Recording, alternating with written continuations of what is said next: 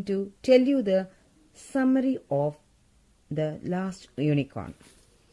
The Last Unicorn by Peter S. Beagle begins like a fairy tale.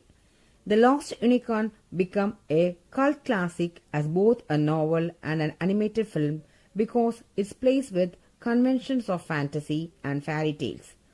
Beagle's wicked sense of humor, whimsy, imagination, and intellect make The Last Unicorn an interesting and compelling read.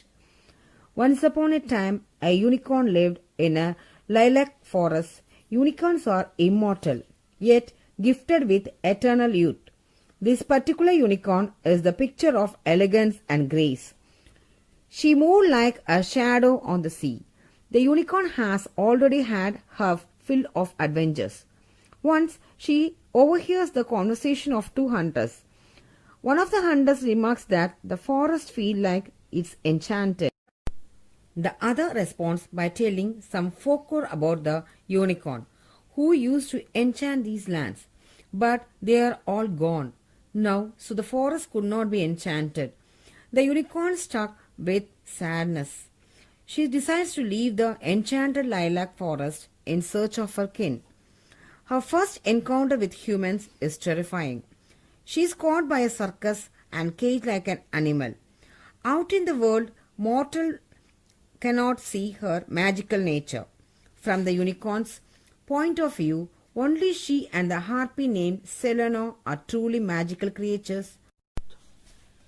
The rest have been enchanted to appear horrifying and dangerous. With the help of Simandrake, the magician, the unicorn able to escape her prison from the circus. Upon escaping from the circus, the unicorn and Simandrake encounter a band of roving outlaws and are again taken hostage. Captain Cully, her mate, legend out of himself fashioned in the image of Robin Hood, with Molly Crew as his maid Marian. Together they represent medieval English attitude toward chivalry and honor. Molly decides to free the unicorn and Simandrake as an excuse to leave the bandits. The unicorn learns of the terrible Red Bull.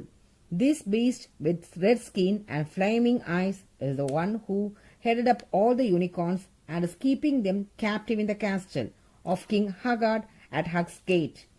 The castle stands on the high point on the other side of the valley. The unicorn includes the unwanted affections of the king's adopted son, Prince Lear. The novel does not take place in a believable alternative world with clear rules and boundaries. It is not an epic fantasy but applied fantasy. Dear children, I hope you all like the review of The Last Unicorn.